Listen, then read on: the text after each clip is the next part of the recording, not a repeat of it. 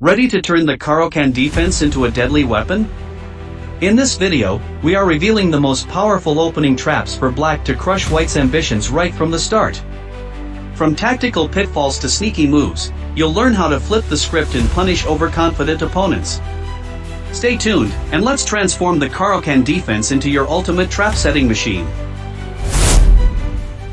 Let's check out our first sensational trap in the advanced variation. White starts with pawn to e4. We play c6, Caro-Kann defense. After d4, we play d5. White plays e5, advanced variation. We develop bishop to f5. White plays bishop to d3, challenging our bishop. We exchange bishops. After queen takes d3, we go e6. White develops knight to e2, so that he can play f4 if needed. We play c5, challenging d4. White reinforces the center with c3. We play knight e7. White plays queen b5 check, which also attacks our c5 and b7 pawns. We play queen to d7. Here majority white players greedily capture c5 pawn. However, it's a huge blunder. We play stunning move knight f5 to punish it. White tries to run away with the queen to f5.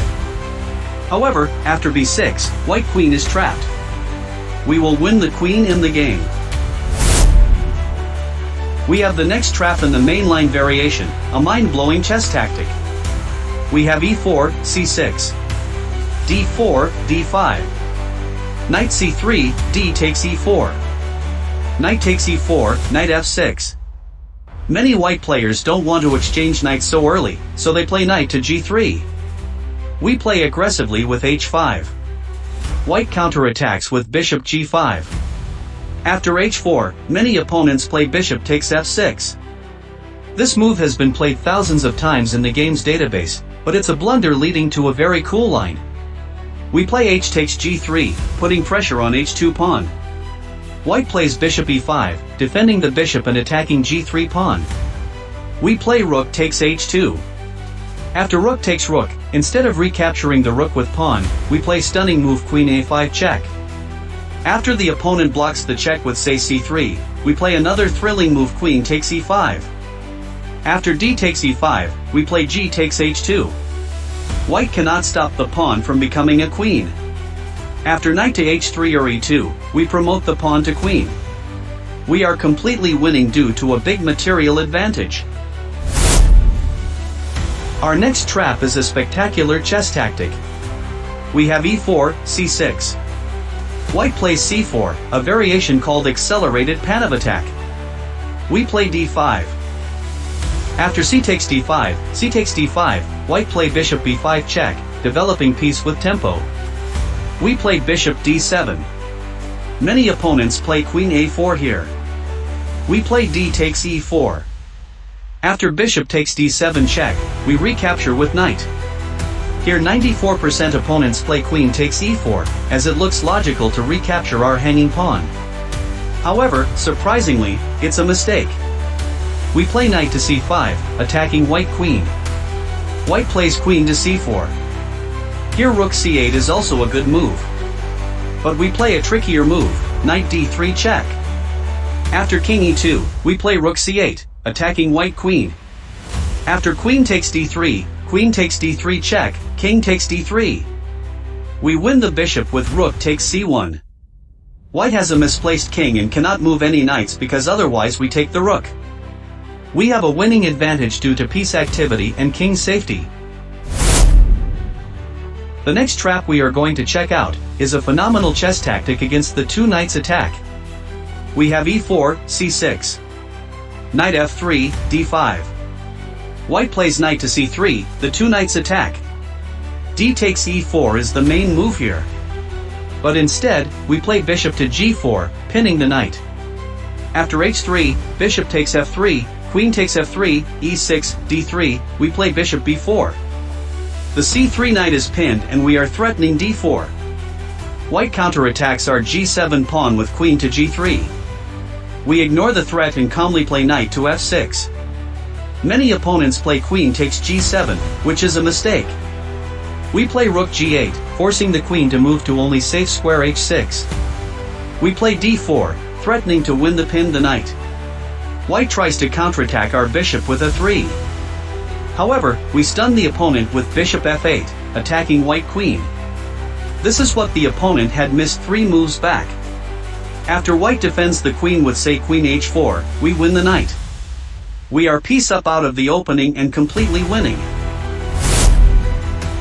We have our next outstanding trap in the Karpov variation.